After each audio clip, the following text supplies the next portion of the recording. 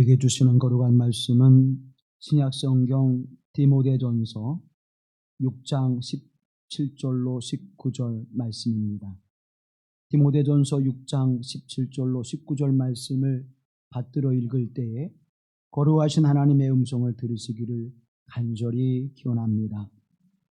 내가 이 세대에서 부한 자들을 명하여 마음을 높이지 말고 정함이 없는 재물에 소망을 두지 말고 오직 우리에게 모든 것을 후히 주사 누리게 하신 하나님께 두며 선을 행하고 선한 사업을 많이 하고 나누어 주기를 좋아하며 너그러운 자가 되게 하라.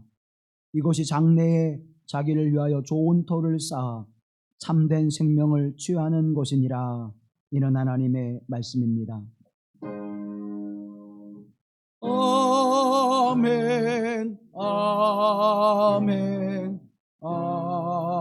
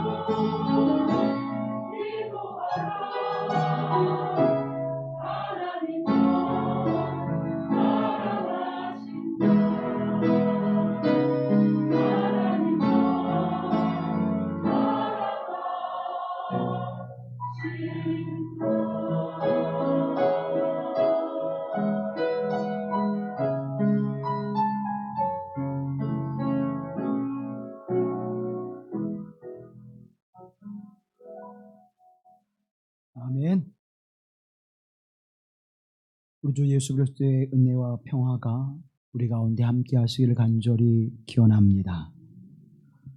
복음성가 찬양 가운데에 날마다 숨쉬는 순간마다 라고 하는 찬양이 있습니다.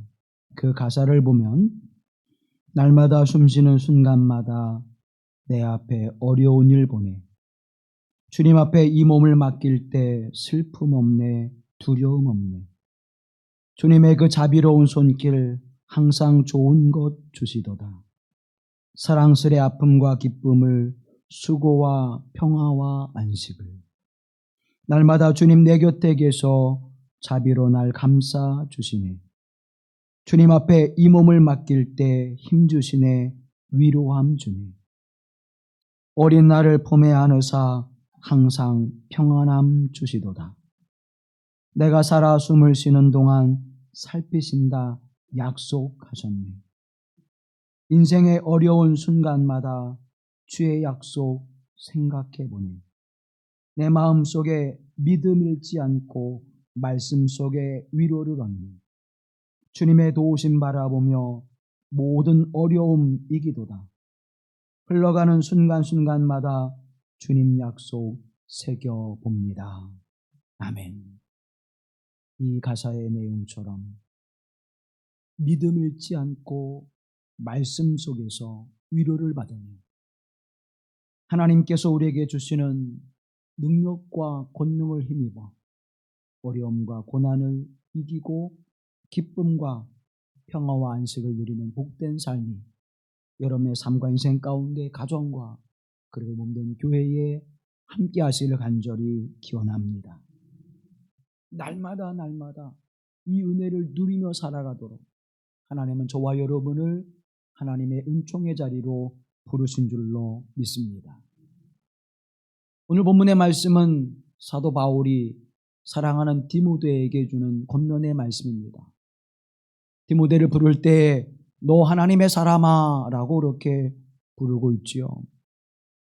하나님의 사람에게 주시는 은총, 그것은 하나님의 사랑과 은혜를 통하여 믿음 안에 서게 하시고 하나님의 언약의 약속의 말씀을 붙잡게 하시고 그 안에서 모든 어려움과 고난을 능히 넘어서서 희망 가운데 살아가게 하시는 복되신 은총을 우리에게 베풀어 주시는 하나님, 그 하나님이 우리가 순간순간 만나는 하나님이요 고백하는 하나님, 나의 하나님이 되어주기를 주님의 이름으로 간절히 권면합니다.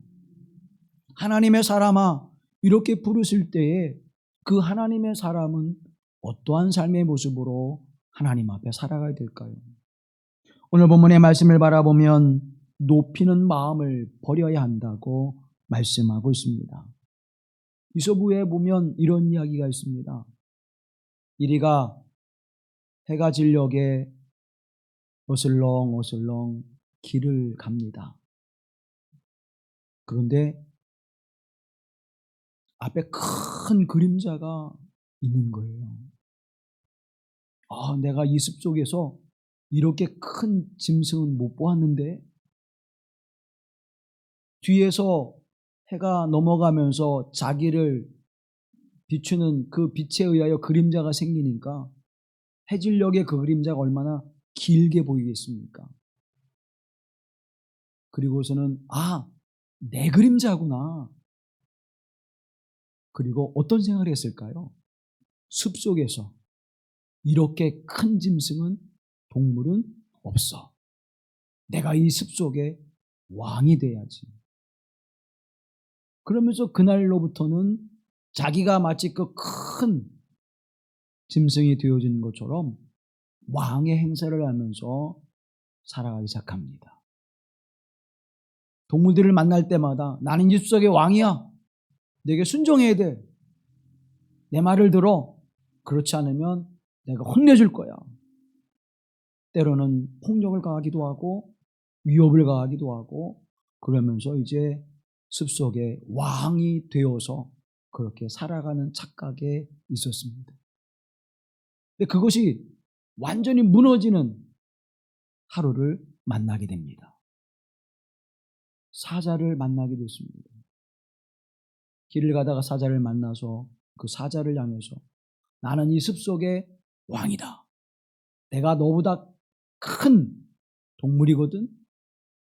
그러면서 그 사자에 대해서 위협을 가하고 그 사자를 굴복시키려고 할 때에 그 사자가 그만 덥석 물어서 그 1인은 죽음을 당했습니다. 그러면서 그는 내 자만심이 나를 파멸시켰구나 하고서 생을 마감합니다. 사랑하는 여러분, 우리가 인생을 살아가다 보면 우리의 연약함과 나약함도 경험하게 되지만 때로는 우리의 자만함, 교만함이 우리의 삶에 큰 걸림돌이 되어지는 것을 보게 되어집니다. 그래서 잠언서 기자는 우리에게 말씀하시기를 교만은 패망의 선봉이라고 말하고 있죠. 우리가 지식이 있어서 삶의 경륜이 있어서 또는 물질과 능력이 있어서 이 땅의 삶을 풍요롭고 부유하게 살아간다고 저렇게 착각할 때가 있습니다. 많은 것들을 자랑하고 또 많은 것들을 우리는 안다고 생각하며 살아가고 있습니다. 그런데 인생을 살아가면 살아갈수록 우리는 늘 처음 만나는 것 같아요. 10대를 살아갈 때에도 30대를 살아갈 때에도 50대를 살아갈 때에도 60대를 살아갈 때에도 이제 80대를 살아갈 때에도 그 인생은 늘 처음이죠. 그런데 마치 80대를 살아본 것처럼 50대를 살아본 것처럼 20대를 살아본 것처럼 우리는 우리의 인생을 그렇게 착각하며 살아갑니다. 반대로 또 우리 그렇게 착각하죠. 내가 중년이 되었는데 마치 청년처럼, 내가 노년이 되었는데 마치 중년처럼 우리의 인생을 그렇게 살아가다 보면 결국 우리는 자만하게 되고 그 교만함이 우리를 망하게 한다는 사실입니다. 오늘 본문의 말씀에 내가 이 세대에서 부한 자들을 명하여 마음을 높이지 말라고 권면해주고 있습니다. 마음을 높이지 말라라고 하는 이 말씀은 헬라어로 힙셀로 프로네인이라고 하는 단어인데 자랑하다, 교만하다 그런 뜻을 가지고 있습니다. 마음을 높이지 말라, 자랑하지 말고 교만하지 말라는 것입니다. 우리가 경제적으로 풍요함과 지식으로 넉넉함과 우리의 삶의 속에서 모자람이 없이 살아갈지라도 우리가 부유하면 또 얼마나 부유하겠습니까? 우리의 지식이 있으면 또 얼마나 큰 지식이 있겠습니까? 우리의 삶의 경륜이 있으면 얼마나 그 경륜이 깊겠습니까?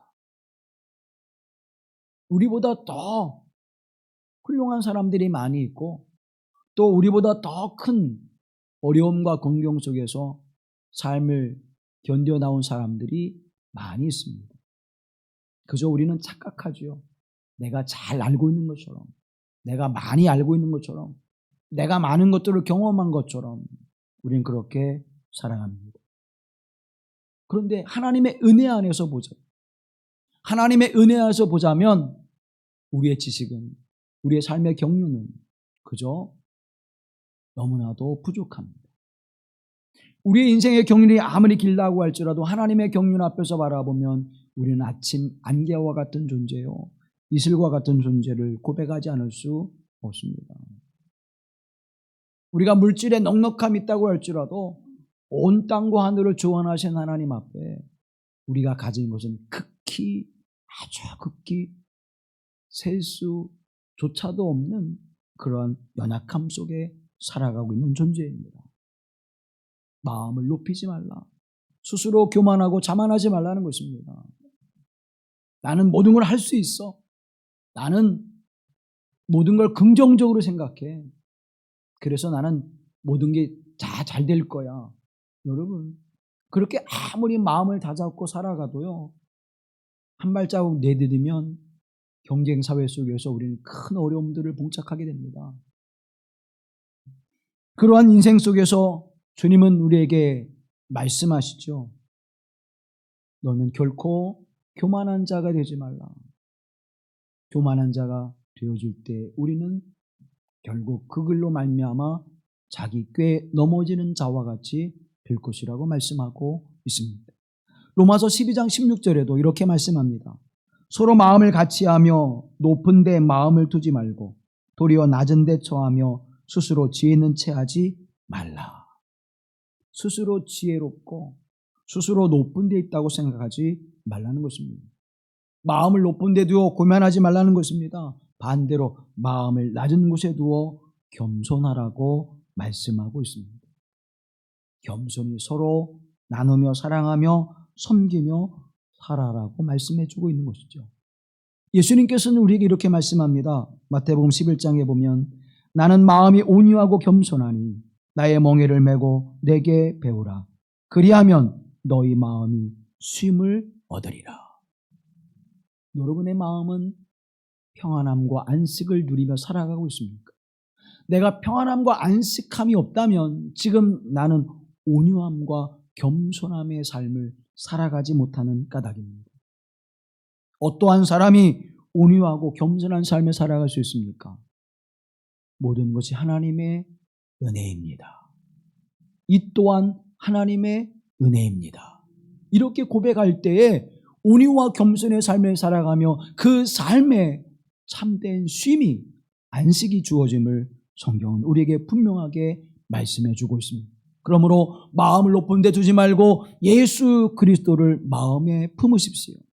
하나님의 말씀을 마음에 품으십시오. 예수 그리스도의 인격을 마음에 품으십시오. 그래서 온유와 겸손을 배움으로 말미암아 하나님께도 주는 참된 쉼이 여러분의 삶 속에 함께 하시기를 간절히 기원합니다. 그리고 17절 이하의 말씀을 바라보게 되어지면 정함이 없는 재물에 소망을 두지 말고 오직 우리에게 모든 것을 후히 주사 누리게 하시는 하나님께 두라고 말씀하고 있습니다. 재물에 소망을 두지 말라는 것입니다. 세상 지식에 소망을 두지 말라는 것입니다. 세상에 소망을 두지 말라는 것입니다. 왜 그럴까요? 세상에 있는 모든 것들은 잠시 있다 사라져버리기도 하고 우리에게 나타나기도 하지요. 내가 그렇게 갖고 싶고 소원하는 물건을 내가 구입했습니다.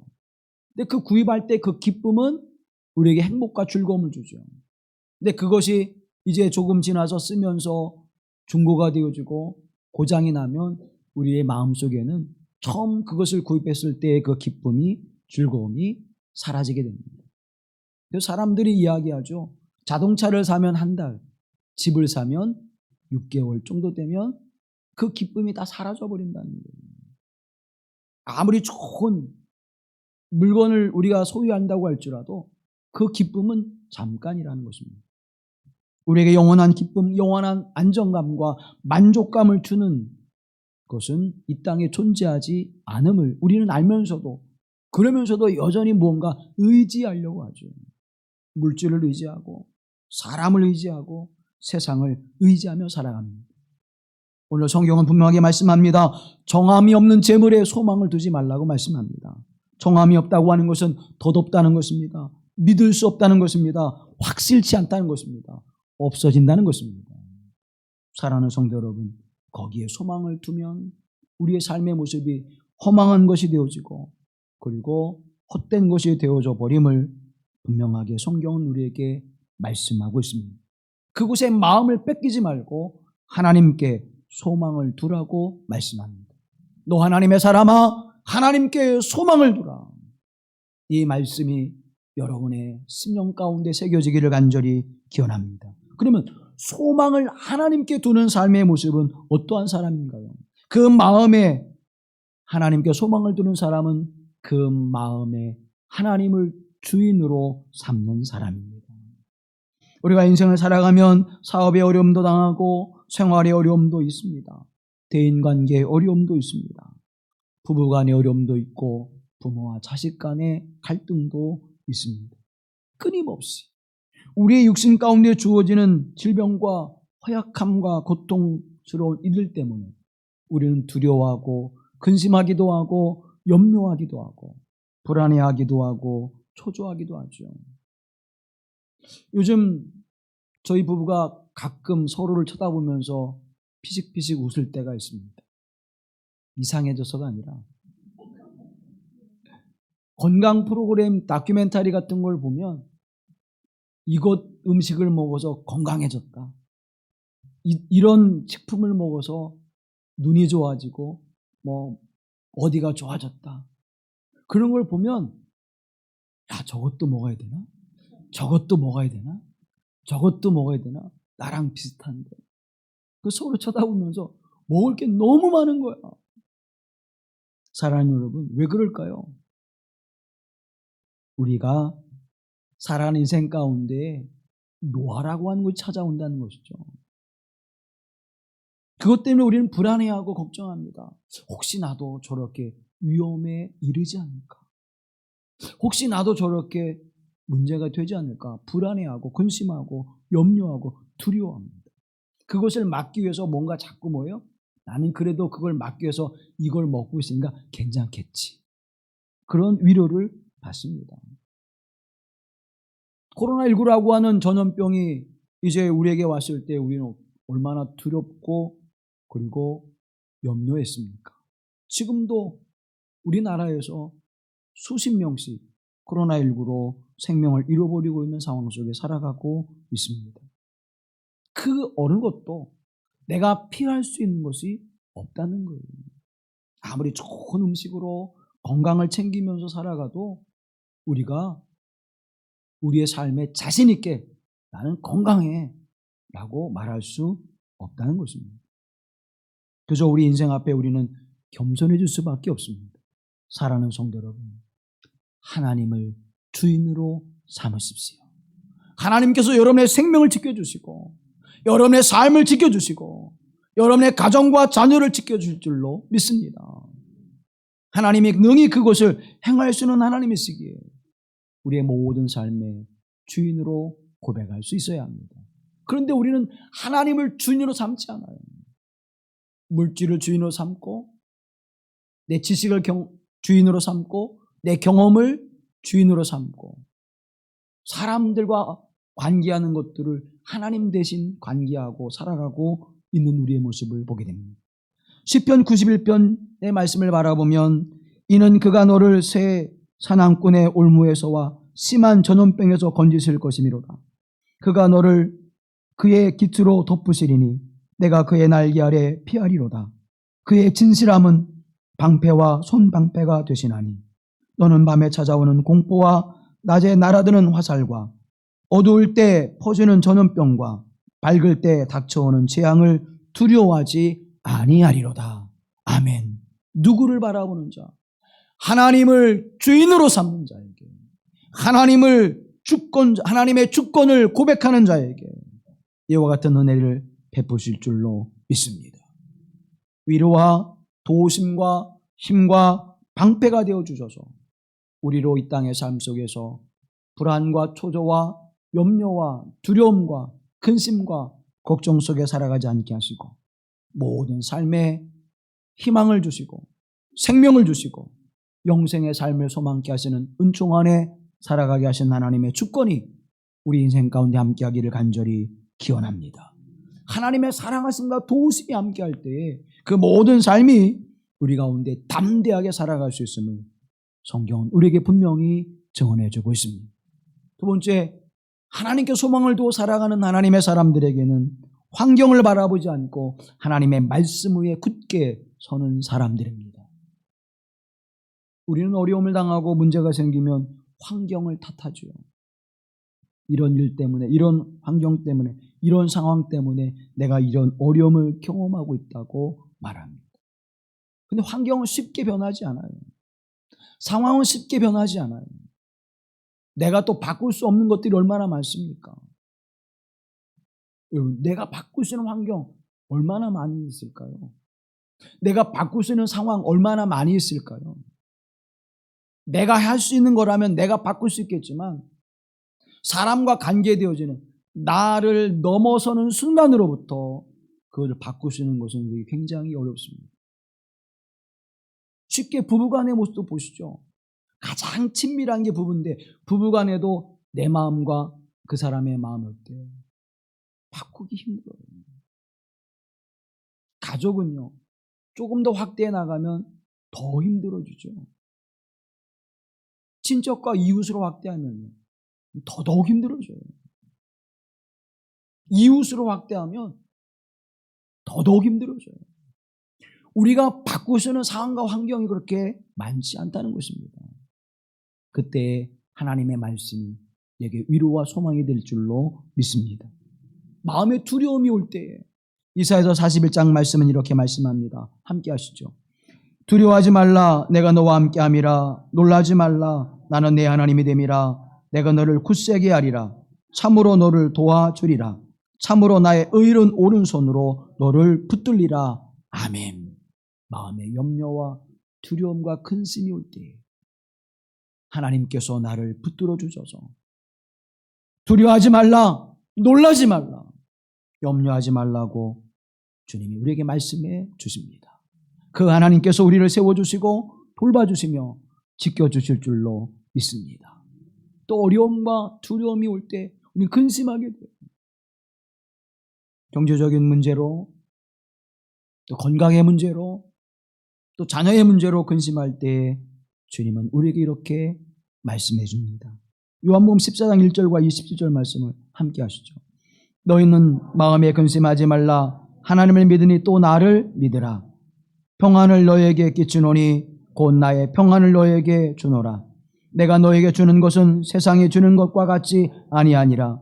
너는 마음에 근심하지도 말고 두려워하지도 말라. 무엇 때문에? 주님 때문에. 무엇 때문에? 믿음 때문에.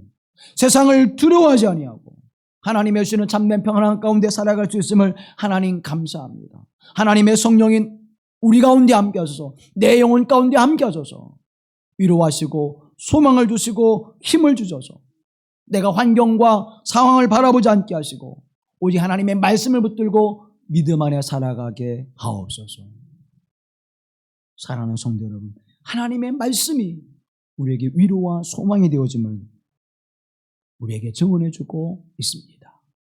아침에 일어나서 하나님의 말씀의 위로를 받으며 오늘 예배를 시작하면서 묵상 기도로 시편 23편의 말씀을 봉독했습니다. 푸른 초장 맑은 시냇가로 인도하신 하나님. 이 다윗의 시편은요, 다윗이 정말 푸른 초장 맑은 시냇가에서 평안함 속에 야 좋다 그렇게 느끼면서 찬양한 시가 아닙니다. 사울 왕에 의해서 쫓겨다니면서 사막 한가운데서 동굴에 피하여 험한 삶을 살아갈 때에 그때 고백한 시예요. 그런 험난한 인생 가운데서도 하나님이 나와 함께 하시고 내게 언약하신 약속의 말씀이 있기에 푸른 초장 맑은 시냇가로 인도하시는 목자 되신 하나님을 고백할 수 있는 것입니다. 언약하신 약속의 말씀이 있기에 사랑하는 성도 여러분, 하나님의 말씀을 붙드십시오. 하나님의 말씀으로 여러분의 삶을 다시 일으켜 세우십시오. 믿음 안의 말씀이 여러분에게 위로와 희망과 소망이 되어지고 참된 안식이 될 줄로 믿습니다. 그리고 하나님의 사람은, 하나님께 소망을 두고 살아가는 믿음의 사람은 기도하는 사람입니다. 어려움과 고난을 당할 때 하나님 앞에 기도하면 하나님께 그 삶의 모습을 들어주시고 지켜주셔서 어려움과 곤고함 속에서도 하나님을 떠나지 않고 믿음을 지킬 수 있도록 우리의 삶을 붙들어 주시마 약속해 주고 계십니다.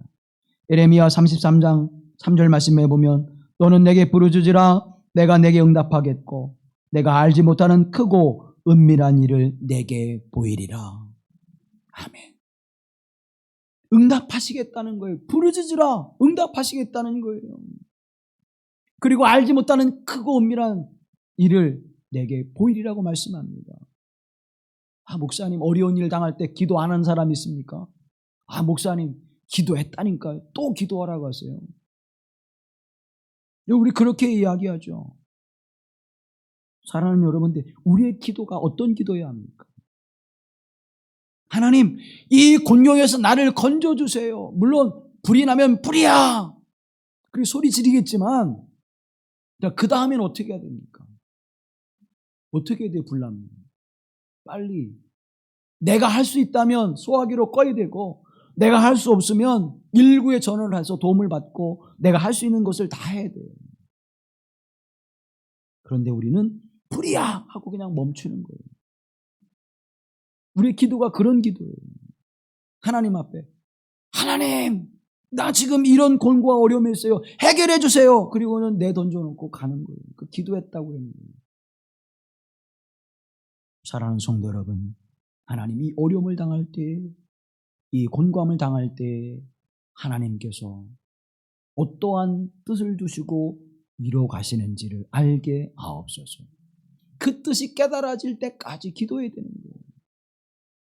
하나님의 역사는 우연의 역사가 없습니다. 하나님의 역사는 반드시 그 역사를 통하여 우리에게 선함과 의로움과 유익되게 하심을 믿습니다. 그러면 우리에게 주어지는 고난과 어려움의 일들은 반드시 하나님의 뜻이 있는 거예요.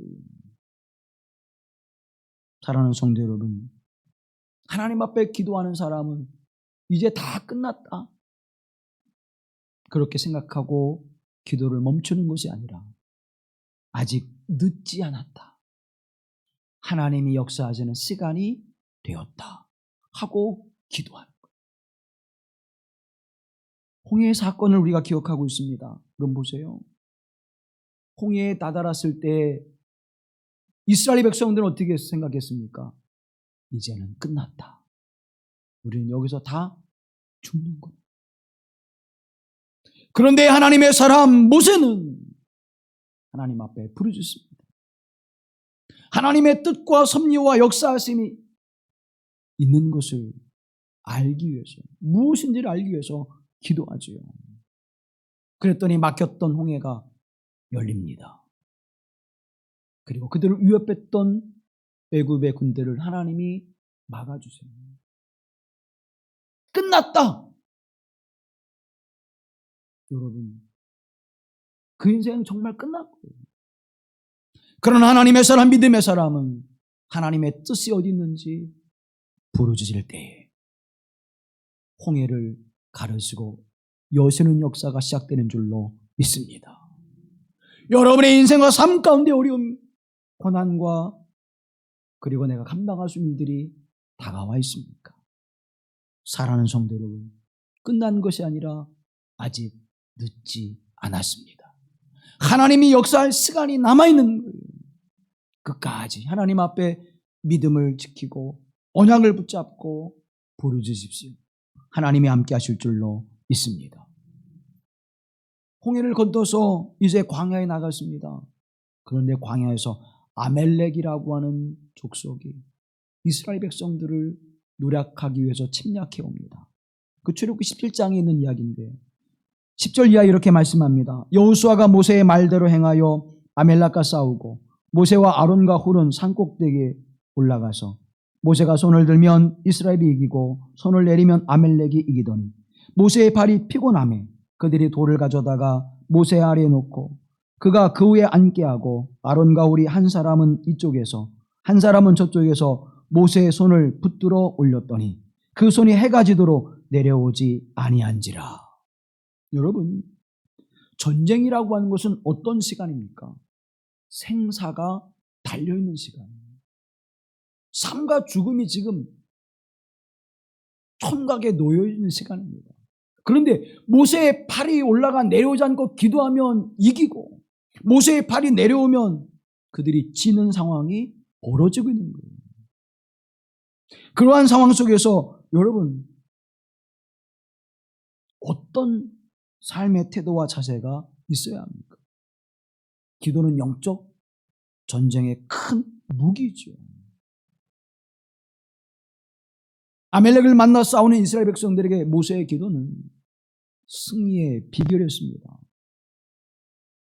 그 상황이 계속되어지길 위해서 전쟁이 끝날 때까지 모세의 팔이 내려오지 않도록 아론과 훌이 돌을 가져다가 또 아론과 훌이 모세의 팔을 붙들고 승리의 그 순간까지 간절하게 함께했다고 하는 사실입니다.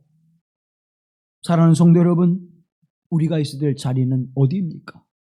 하나님 앞에 부르짖어요. 간구하는 그 자리, 우리의 인생의 승패가 달린 이 삶 속에, 우리가 영적 삶을 살아가는 이 삶 속에 우리는 기도하는 자리, 하나님 앞에 부르짖는 자리에 있어야 될 줄로 믿습니다. 한순간도 우리가 쉴 수 있는 시간이, 멈춰 있는 시간이 있어서는 안 되는 거예요. 우리가 숨을 쉬듯이 기도는 늘 하나님 앞에 부르짖으며 기도해야 하는 것입니다. 그때 하나님은 우리를 승리하는 자로 세우셔서 하나님의 영광과 은총 가운데 세우실 줄로 믿습니다. 하나님께 소망을 두는 하나님의 사람은 하나님을 주인으로 고백하고 하나님의 말씀을 붙들고 소망을 가지며 하나님 앞에 부르짖며 기도할 때 하나님의 뜻이 무엇인가를 깨달아 그 뜻을 따라 믿음으로 살아가는 사람임을 오늘 우리 말씀을 통하여 우리에게 분명하게 증언해 주고 있습니다. 오늘 저와 여러분이 그런 믿음의 사람이 되기를 간절히 기원합니다. 그때 하나님은 우리에게 좋은 것을 취하여 살아가는 은혜를 베풀어 주십니다. 6장 19절 말씀을 함께 하시죠. 이것이 장래에 자기를 위하여 좋은 터를 쌓아 참된 생명을 취하는 것이니라. 아멘. 좋은 터가 되어진다는 거예요.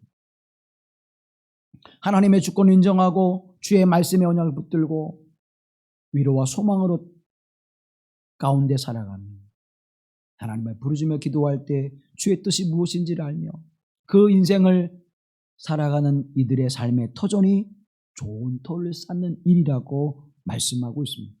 그와 같은 사람들이 선을 행하고 선한 사업을 이루며 나누어 주기를 좋아하고 너그러운 자의 삶을 살아가게 되어짐을 말씀하고 있습니다. 사랑하는 여러분, 선을 행하고 있습니까? 하나님의 선한 사역에 동참하고 있습니까? 나누어 주고 은혜 안에 살아가는 삶을 살아가고 있습니까? 너그럽고 넉넉한 마음으로 살아가고 있습니까? 이것이 하나님의 사람, 믿음의 사람이 좋은 터를 만들어 살아가는 것입니다. 여름에는 통풍이 잘 되어 시원한 바람이 오고 겨울에는 햇볕이 늦은 시간까지 비춰줘서 따뜻함이 있는 곳, 우리는 그것을 좋은 터라고 이야기합니다. 사람이 살기 좋은 곳이고 식물이 자라기 좋은 곳이죠. 여름에는 해가 뜨거워 가물고 겨울에는 해가 짧아 추운 곳이랍니다. 사람이 살기 어려운 곳이 될 것이고 식물도 잘 자라지 않습니다. 사랑하는 여러분, 좋은 터를 다지십시오. 좋은 터를 만드십시오. 좋은 터가 되기 위해서는 선을 행하고 선한 사역을 이루고 나눠주기를 좋아하며 너그럽고 넉넉한 마음을 가지라고 말씀하고 있습니다. 그래서 장래의 좋은 터, 그곳은 어딜까요? 하나님의 사역에 동참하는 일입니다. 그곳에 재물을 쌓으라고 주님은 우리에게 이렇게 말씀합니다. 마태복음 6장의 말씀을 보면 너희를 위하여 보물을 땅에 쌓아두지 말라. 거기는 좀과 동록이 해하며 도둑이 구멍을 뚫고 도둑질하느니라. 오직 너희를 위하여 보물을 하늘에 쌓아두라. 거기는 좀이나 동록이 해하지 못하며 도둑이 구멍을 뚫지도 못하고 도둑질도 못하느니라.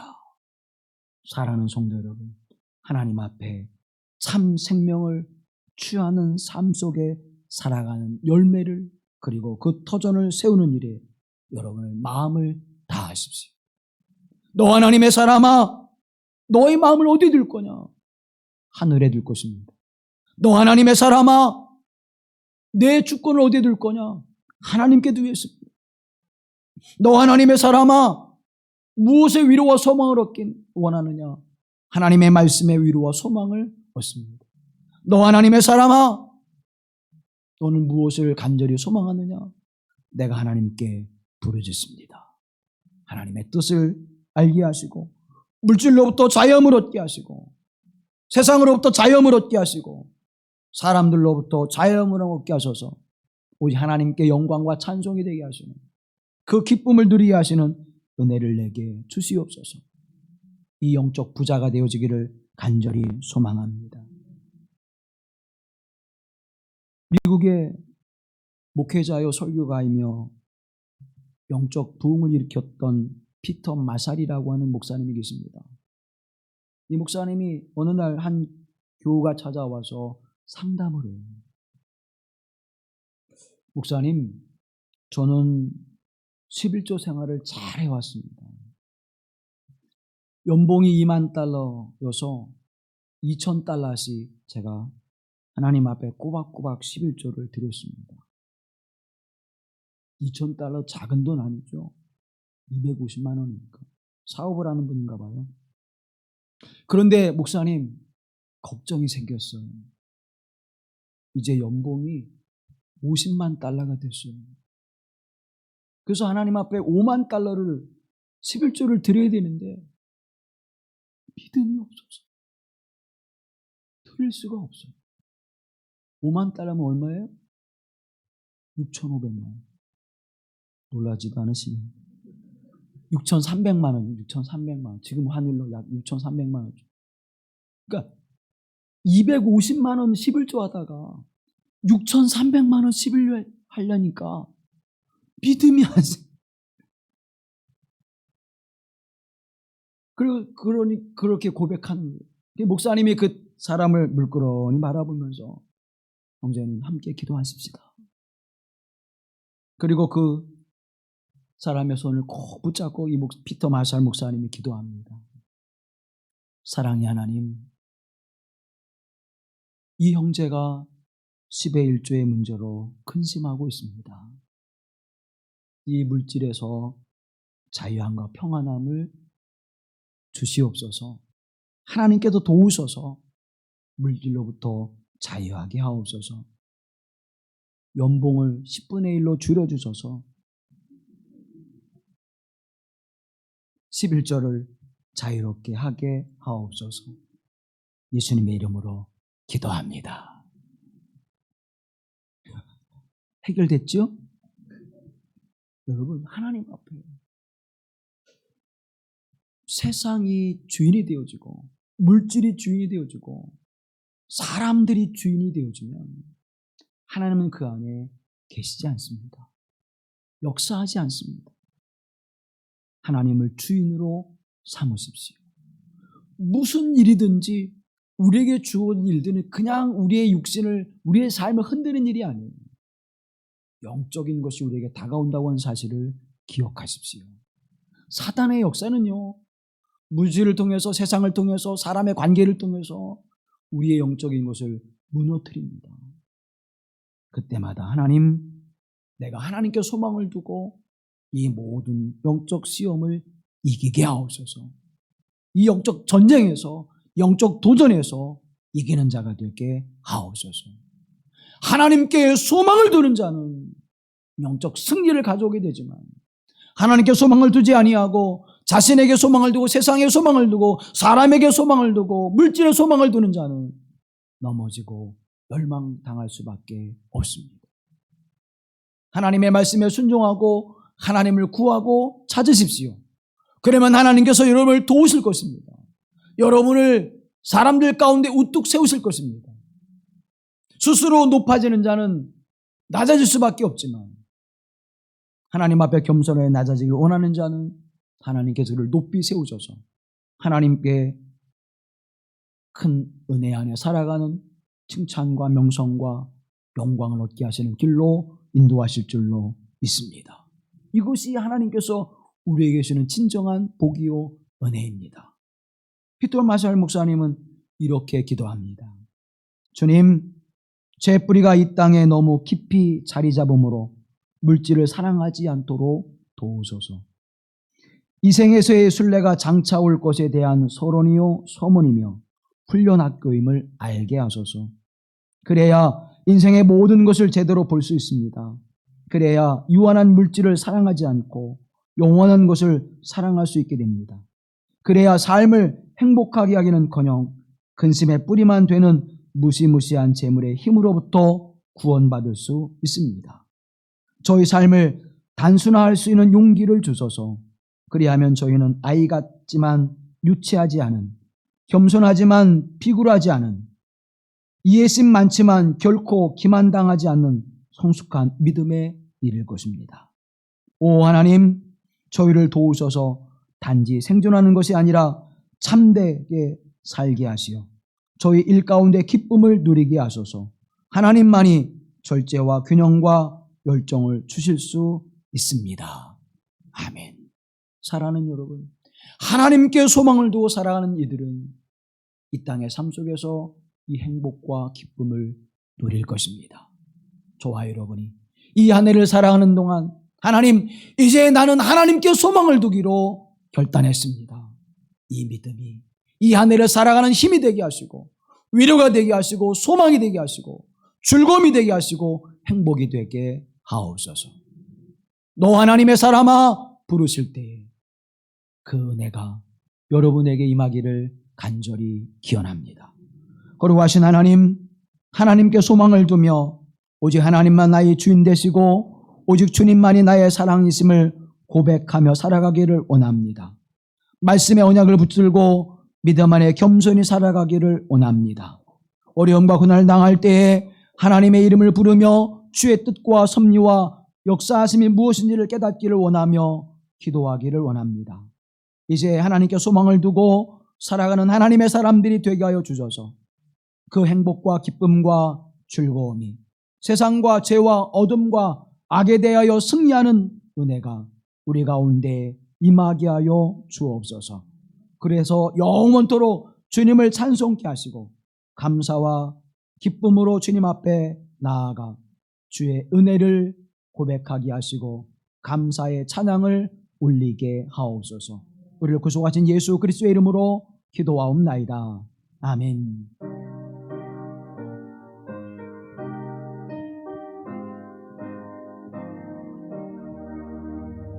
내 맘에 주여 소망 되소서. 주 없이 모든 일 헛되오라. 밤에나 낮에나 주님 생각, 잘 때나 깰 때 함께 하소. 세상의 영광, 세상의 영광 나 안 보여도 언제나 주님은 나의 기억.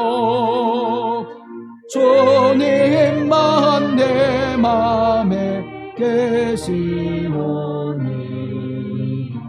영원한 주님 참 귀하소라.